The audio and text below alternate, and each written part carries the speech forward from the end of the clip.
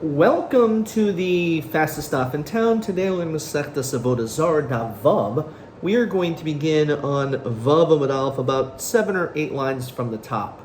So we were learning in our Mishnah that when it comes to various business transactions with an akum, with an idol worshiper, we do not want you to not only not do business with them on the day of their holiday, but even a few days in advance. And on this we said that the reason why they only need a few days is because they don't have the same requirements halachically like when it comes to our karbanos, which require for us to even examine a cataract, bedukin shiba'ayin. However, they are particular to make sure that it's not a treifa or it's not something which is mechus or aver. And therefore, because of that, they at least need a few days, and therefore it's possible that they will end up using that same animal as a sacrifice for their idols.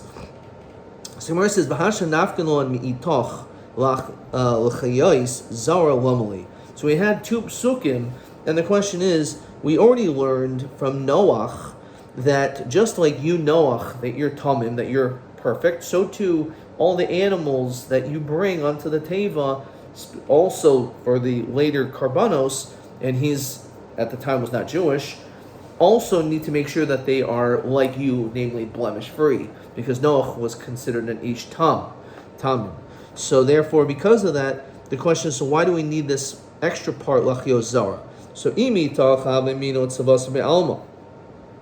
you would think that maybe the whole purpose of some of these animals is just to keep him company, like a pet dog.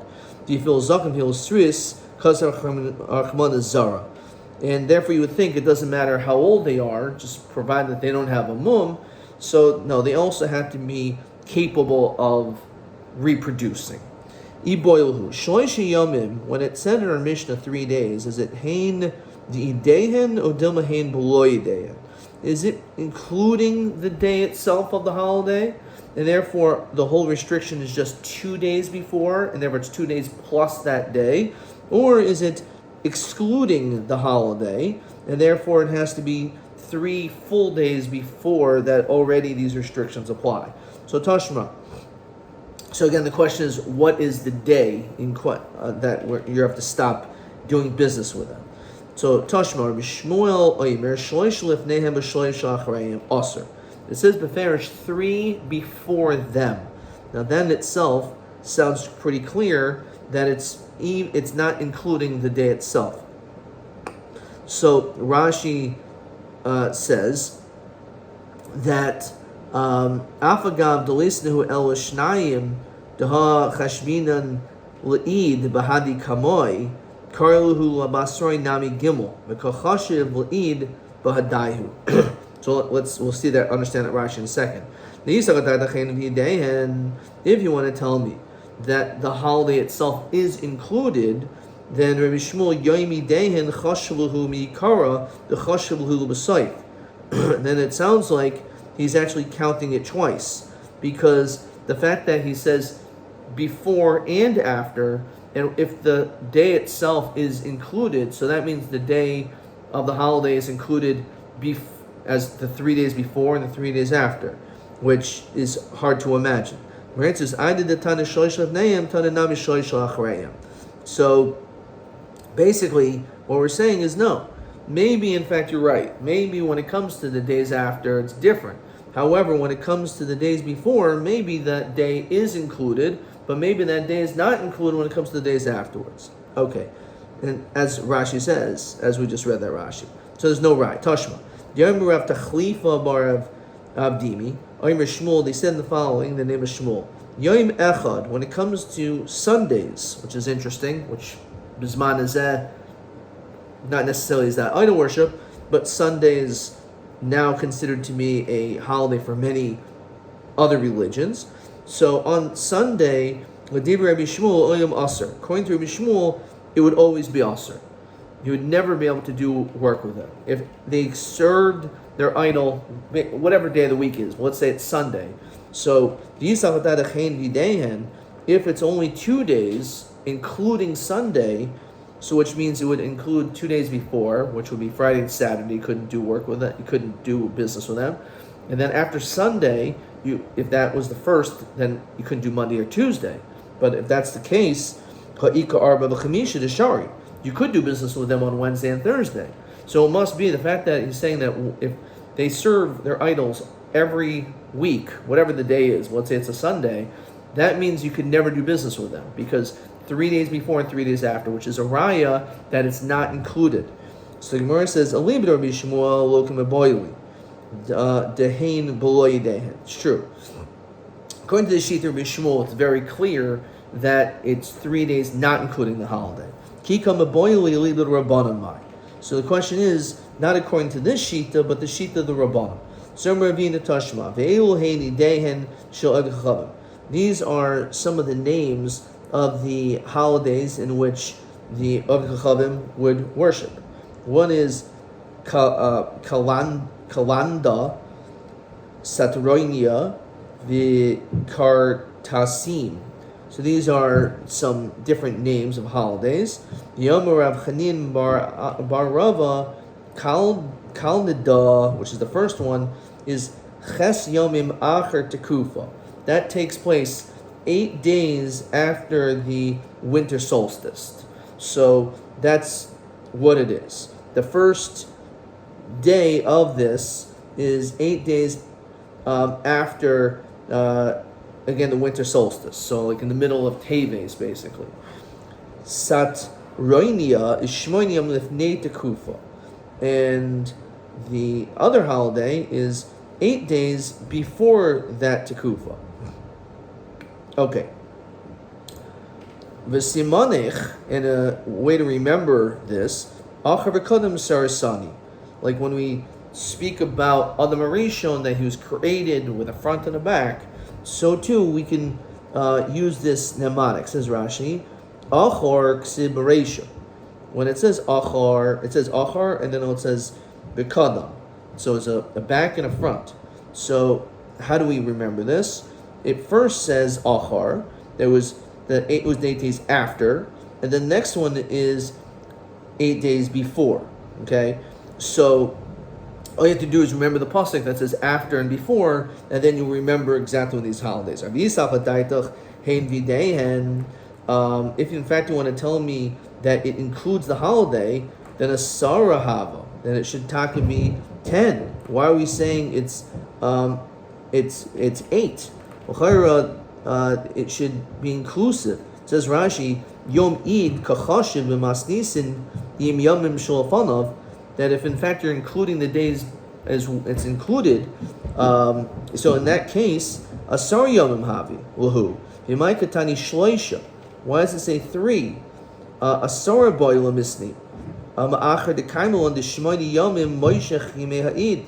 Because we see that it really is supposed to be that you go 8 days, right? It says 8 days. So therefore, how do we understand this? So Tanakua Kalndana Chad Yoima Havi Chashalei. So the idea is that this holiday actually counts as 1 unit. So therefore, even though it's true, it could be in more days, but we're considering this as like 1 unit. So Omer Abashi Tashim Lefnei Dehen Shel Chachavim Shloish Yom.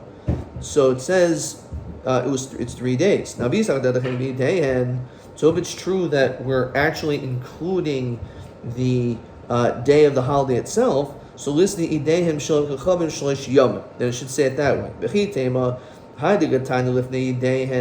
does it say it that way? Maybe it's just coming to exclude before as opposed to after. So listen to Idem Shel Chachavim Yomim with Nehem. So it should say it that way.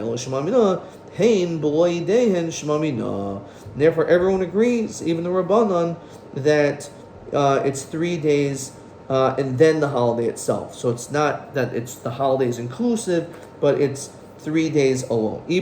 So now we have that question resolved. We have a different question. So the question is, why is it a big deal? Why can't we do business with these people? So is it because of harvacha? As Rashi says, the ravach azal umayda v'schachavim, that the akum will benefit and then he's going to turn and thank the idols, and this of course is usher. Yavi Yisrael mishum lo yishma picha, right? We don't want this to take place, so therefore you're like being part of this process. Or is it because of lifnei iver that you're putting a stumbling block in front of this guy? It says Rashi mizavin le behema, because you're helping this guy purchase an animal, and you know that he's going to use it, potentially he's going to be using it for idol worship. And we know Sanhedrin, that we actually know that when it comes to Lifnei Iver, Yoruba Lifnei Iver, because this is one of the Zion mitzvos, as we know in Masechta Sanhedrin, that they're not allowed to worship idols. I don't know why Rashi is to say that. We know that they're not allowed to worship idols. It's one. Everyone knows it's one of the Zion mitzvos, but nonetheless, Rashi points that out. So the question is, what's the difference? In reality, you're not allowed to do it either way. The Mishnah says you can't do it. So why do we need to know the reason? So the Isle Behema L'Didei. What happens if this Akam already has another animal anyway? Which means basically that if he wouldn't have been successful in buying your animal, he would still be worshiping the idol anyway. He would just take a different animal of his own. Now, when it comes to benefit, so he is making, he's benefiting from this transaction. He's benefiting from this situation, right? So he is happy and thankful.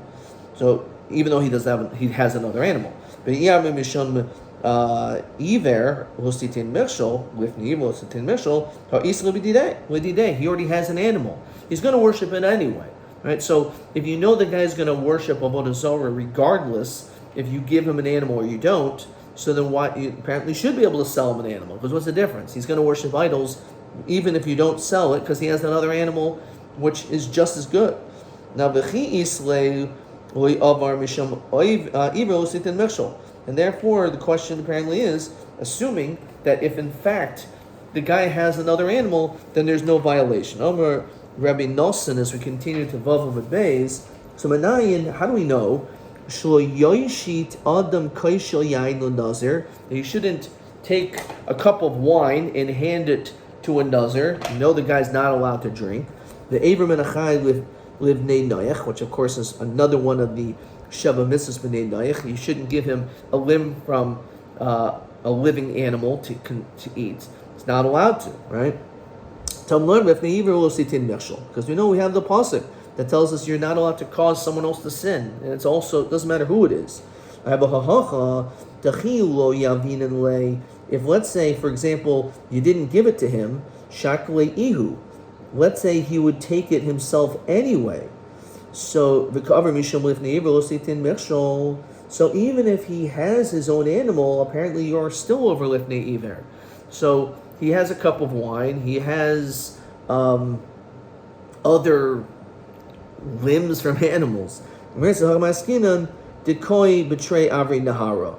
talking about a situation where basically he's on the other side of the river. In other words, there's no way that he has access to this Isser without you. And therefore the point is that, as Rashi says, he can't take it because it's too far away. It's out of arm's reach. So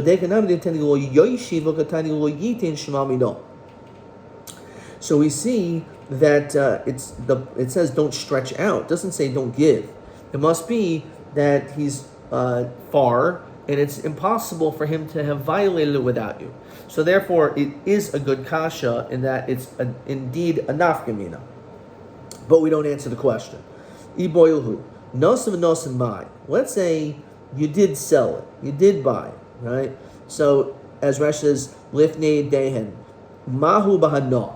So are you allowed to get hana because you weren't supposed to do it? You know that Avodah Zarah is asur bahana. So the fact that you violated some halacha which is related to idol worship, so maybe you can't get hana. So Rav Yochanan oimer nasim nasim asur. Shloch Hashem nasim nasim mutter.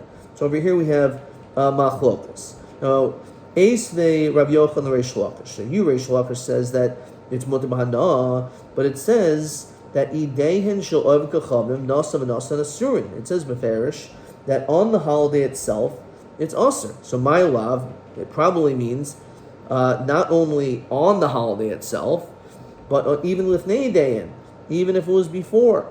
Lo, idehen dafka. In other words, on the holiday itself, it's usher l'kuli alma. That certainly everyone holds. The question is from before. So Ikadiamri, Eisvei Rav Shimon Lakish Rabbi Yochanan. So perhaps Reish Lakish asked the Kasha Rabbi Yochanan, you say it's Aser, but it says Yidehen Shel V'Chachavim Nasam Nasan Aser, which is Mashmi Yidei Hayin in Lifnei Dehin Loi. It's mashma beferish. Actually, it sounds quite clear that the whole Isser is dafka on the day itself, and therefore it's a kasha on you, Rabbi Yochanan, that says lifnei day, and it's also. So our answers, Rabbi Yochanan will tell you, Tana idi idehen karile. So, in other words, it doesn't make a difference. It's not only on that day, but even before will also be aser. That's how Rabbi Yochanan will answer. It's not it's a dafka situation. Okay. Tana give us the Reish Lakish. So we actually have a brayso in support of the shita of Reish Lakish that if you did this b'di'eved, it's mutar b'hana. Kish'amru also when it says it's also to engage in business transactions with the idol worshippers, it's only something that can last. For example, an animal in which if you sell it to him a couple of days before, it's going to still be around. It'll still be around at the time of the holiday. But if, let's say, you're selling, as Rashi says, yerakos, vegetables, so vegetables, let's say, have a very short shelf life, and therefore they're going to spoil, therefore it's going to be mutter. Because he's not going to be able to have it for the day itself. Now, even if it's something that will last, nasan mutter. So we see beferish like Reish Lakish that when it comes to anything that was sold before, it is mutter, even if it's a davar hamiskayim. So Tani Rav Zvid b'debei Rabbi Yoshia davar she'ein miskayim. When it comes to something which cannot last, like vegetables, moichlehen, then you could sell to them. But you cannot buy from them. Why not? Says Rashi, demarvachle, because they're benefiting from it. They're getting money from selling their vegetables. Shemitayich she'ein miskayim, especially the fact that it's not going to last. Misabahu l'moichrei. The guy has a desire to sell them. So therefore, by you buying these vegetables, that's something which is going to be something which they'll be quite happy with. TA 16. Okay, TA 16 says the following question. Ha'im efsher, TA 18, pardon me. What is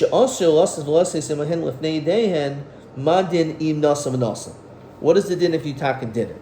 So Morris said, so the answer is lifnei dehayin. If you want to use it before, it's a machlokes Reish Lakish Rav Yochanan and it's mutar b'hana.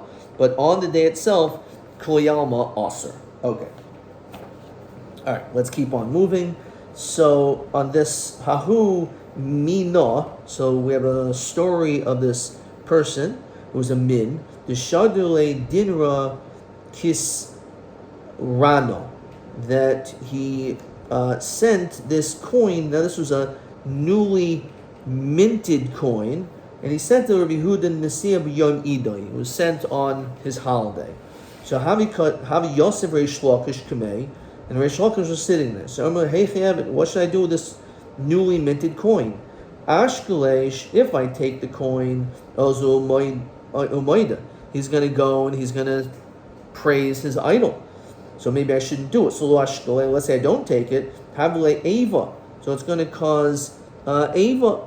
He's going to get angry and upset, and that also could cause problems. So what do I do? So Reish Lakish, Toyel v'zarko salobor befanav.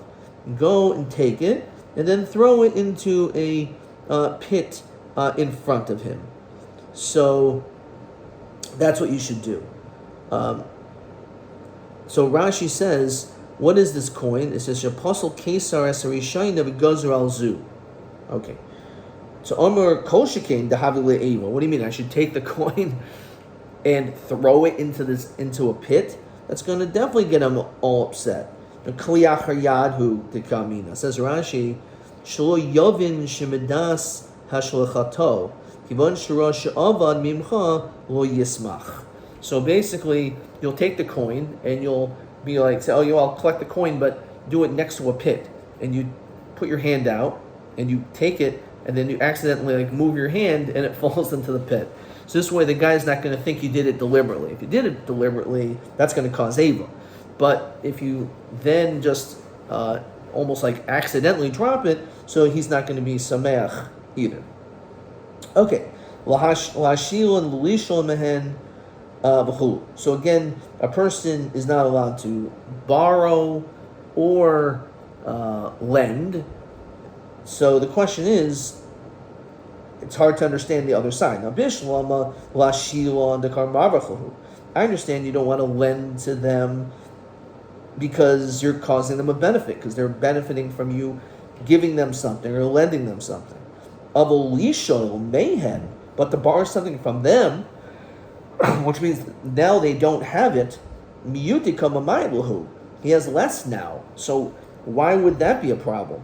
So Rabbi Gzer Lishol Mehen Otul Hashilon. You're right. The truth is, by borrowing something from an akum shouldn't be a problem. But because if we start allowing you to borrow from them, you may return the favor. It's all connected because they're going to end up, again, praising their idol. And therefore, it doesn't matter in which situation. The fact that the akum will see, oh, you see that Yid, that Jew needs me, that he needs to borrow things from me. So the fact that he needs to borrow something from me, I'm obviously an important person, and I have things, and he knows that he's lacking, and I have things that he lacks, and therefore, because of that, that is part of the problem. To lend money and to borrow money, I understand not lending them money. So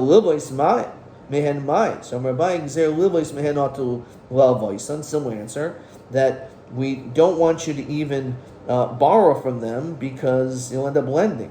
The same thing. If a Yisrael comes to me and needs to borrow money, so that's something which I'm proud of. Question number 1.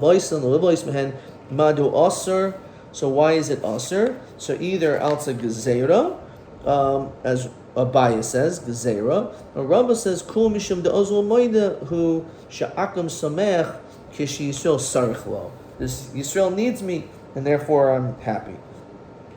Okay, so that is the answer. With piroyin, v'lifroyin mehen, to pay back, so bishalmo liproyin. I understand why you shouldn't pay him back, mishum dekar marvachahu, because now you're giving him money he was a lender. You borrowed $100, and now when you give it back before his holiday, now he has more money. Maybe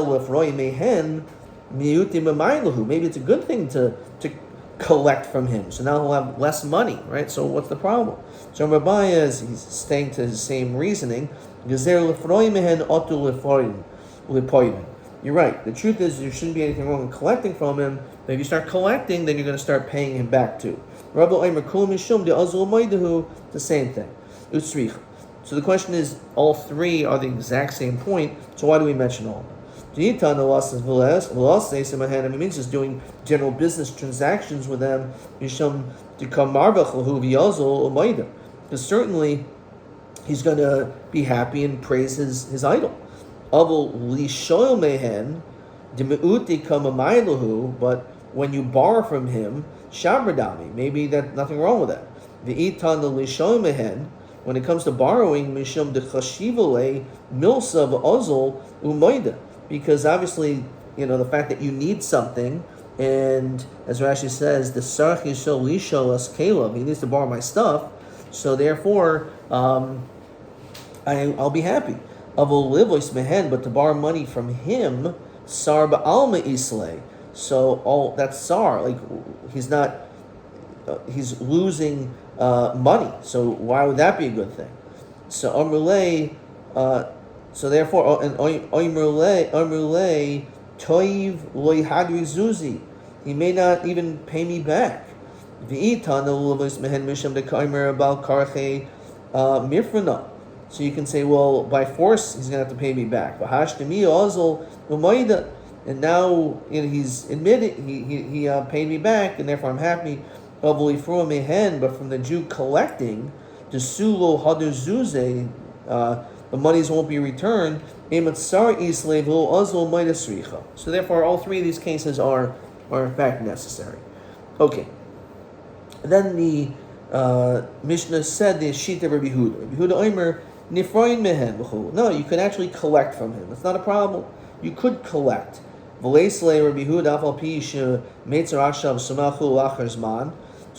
when you pay off your debt, right? So you're upset originally, but at the end you feel good that you no longer have, let's say, credit card debt or whatever it is. You feel good that you're debt free. It's a great feeling, right?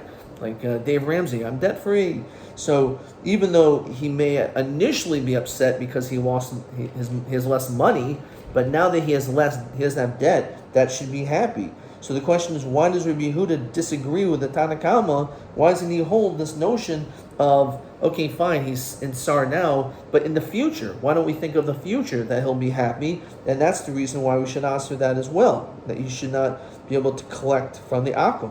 So after all, Bosanya, we find that Rabbi Yehuda says, Rabbi Yehuda Omer, Isha loisosud b'moed memnei shenivo hula, that a woman should not put lime on her face, which apparently was some type of medicinal purposes for her skin, some skin treatment, and it should not be done on Chol Moed. It's a nivell, says Rashi, but oido al paneho. When it's on her face, she has all this like green smeared stuff all over her face. It doesn't look very nice. Now v'yafal pi, says Rashi, kishinat lasai. When you take it off, what will end up happening? Medima umatsu panaha. She's going to have like a beautiful glow, beautiful skin. Kivan dahanazu eno el ad li'achar hamoyed. But because when it comes off, the actual benefit will only happen after the holiday. The nivel b'toich hamoyed also, because it's manovel, she doesn't look good now. So we don't care what she will look better in the future. The problem is that you're causing a bizayin to the moyed now by looking manuval, and you should look nice on the moed. However, says the Gemara over there, moed Rabbi Huda, but Sid, that Rabbi Huda is why we're bringing it down. He does agree when it comes to some type of Sid, shichoy lekafloi b'moed, that you can peel it off on the moed itself. In that situation, shetaf losoi b'moed, that you could even put it on the moed. Because even though right now it's not good on her face, but let's say she wears it at night, but the next morning she could take it off. So therefore, even though right at this moment is an issue, but we instead, because we look at the future, and her future tomorrow morning, she could just easily peel it off and she'll look beautiful, so therefore it's mutter. So the kasha is, so why doesn't he say the same thing when it comes to Avodah Zarah? That why does he say that you could collect from him because he's upset now, but don't we think about also the change of emotion in the future, just like when it comes to Chol HaMoed? You can't compare this to Chol HaMoed. To Kul Meitzar Akshav Samech Lachar Zman. When it comes to all the dinim, like for example Shchita, so there's an element of difficulty now, but you're doing it in order to eat later. So we find, says Rashi says, Koma shehetiru lasos b'moyed. Anything that's allowed to be done to Chol Moed, meitziru b'ois shah. You can go in shchita v'tikkun seuda, so it's not enjoyable to have to do all this cooking, but you're allowed to do it on Yom Tov, on Chol Moed.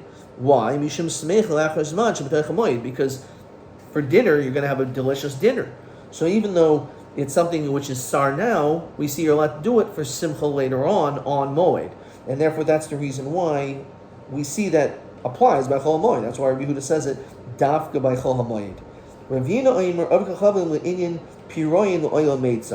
The truth is, when it comes to Rabbi Chachamim, he's always going to be upset. And therefore, that's the reason why it's allowed. What does that mean? Okay. There's no Rashi on this, but basically you can maybe say that Avi Chavim doesn't even necessarily know if he'll even pay the Yisrael back. Maybe he won't, and therefore, when the monies are collected, he feels bad, but he's always going to feel bad because again, perhaps he could have said, maybe I shouldn't have never had that Yisrael I should never have given him that money because maybe I'll never have to pay him back. So therefore, it's not a case necessarily of some type of simcha in the future. And therefore, that's why Rabbi Yehuda says it is allowed. Okay, fine. So with that said, that's nothing on question 2. TA